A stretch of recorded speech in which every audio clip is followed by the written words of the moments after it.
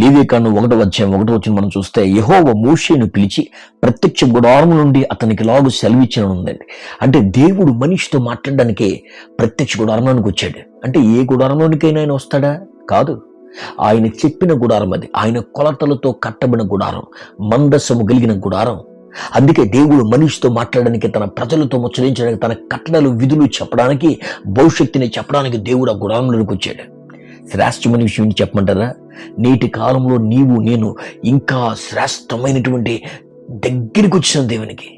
ఎలా అంటే, ఆయన రోజు గుడారాన్ని ఎన్నుకున్నాడు, కానీ ఈరోజు మనల్ని ఎన్నుకున్నాడు. ఆయన ఎక్కడో ఉండే దేవుడు, ఆకాశంలో సింహాసనం అని చెప్పిన దేవుడు గుడారంలో కూర్చొని మాట్లాడితే, ఈరోజు నా గొర్రెలు నా స్వరం ఉంటాయని చెప్పాడు ఆయన. మనం ఆయనకు ఆలయం అని చెప్పాడు. మనలోనికి వచ్చేసాడు ఆయన. మనతో ఉండి మాట్లాడుతున్నాడు, మనతో ఉండి ముచ్చరిస్తూ ఉన్నాడు. ఎంత శ్రేష్టమైన కృపండది. దేవుని కలవాలంటే ప్రధాన యాజకుడు సంవత్సరానికి ఒకమారే అతి పరిశుద్ధ స్థలంలో ప్రవేశించి దేవుని యొక్క అద్భుతమైన దర్శనం చూసేవాడు. కానీ ఈ రోజుల్లో ఎంచిదనంలో దేవుడు మనకు చేరువైపోయాడు, మనతో ముచ్చరిస్తున్నాడు, మనలో ఉండి మాట్లాడుతున్నాడు, మనకు భవిష్యత్తుని ప్రచురపరుస్తాడు. ఆయన మాట్లాడుతున్న మాటలు, తన గొర్రెలు ఆయన స్వరం వింటని చెప్పిన దేవుని యొక్క స్వరం వినగలం మనం. ఈ శ్రేష్టమైన కృపాకాలములో దేవుని యొక్క స్వరం వింటూ ఆయన మనలో నివాసం చేస్తూ ఉండగా ఆయన కొరకు బలమైన పాత్రలే నిలబెడదాం.